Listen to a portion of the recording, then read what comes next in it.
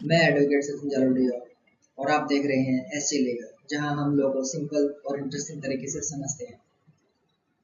आज हम बात करेंगे इंडियन कॉन्ट्रैक्ट एक्ट 1872 के एक इम्पोर्टेंट टॉपिक के बारे में, जो कि है agreement versus contract. Indian contract act British rule के टाइम पे आया था और इस एक्ट का मेन पर्पस है दोनों पार्टीज के राइट्स एंड ड्यूटीज को लीगली डिफाइन करना। ये एक्ट दो पार्ट्स में डिवाइड है।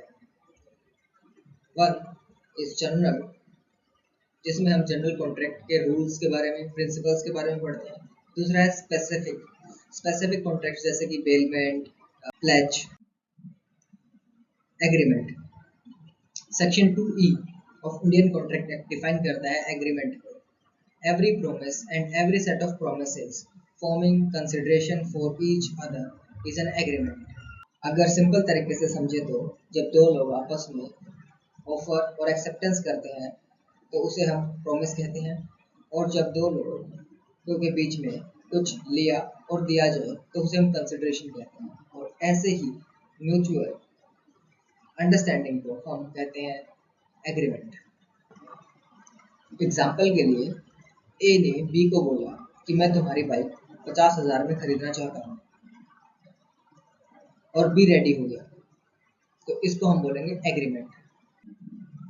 कॉन्ट्रैक्ट कॉन्ट्रैक्ट सेक्शन 2H में डिफाइन किया गया है: an agreement enforceable by law is a contract.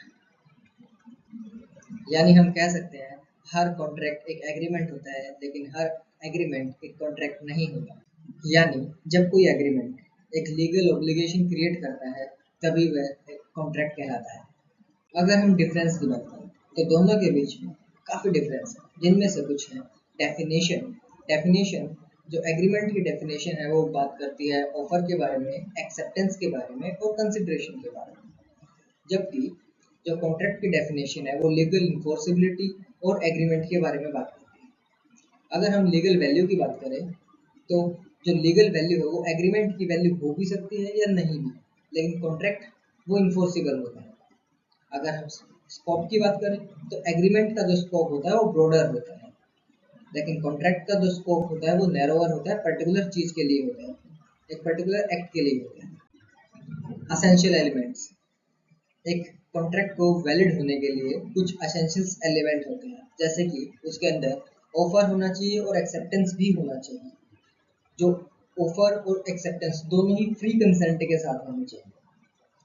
जो कंसिडरेशन दिया गया है वो लॉफुल होनी चाहिए, और जो पार्टी कोई कॉन्ट्रैक्ट कर रही है वो दोनों ही पार्टी कॉम्पिटेंट होनी चाहिए उस कॉन्ट्रैक्ट के लिए।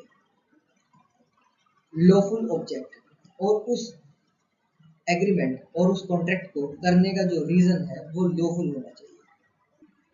इन सभी एसेंशियल्स को हम अगले लेक्चर में डिटेल में पढ़ेंगे। अगर आपको वीडियो पसंद आया तो लाइक करें, शेयर करें और सब्सक्राइब करें।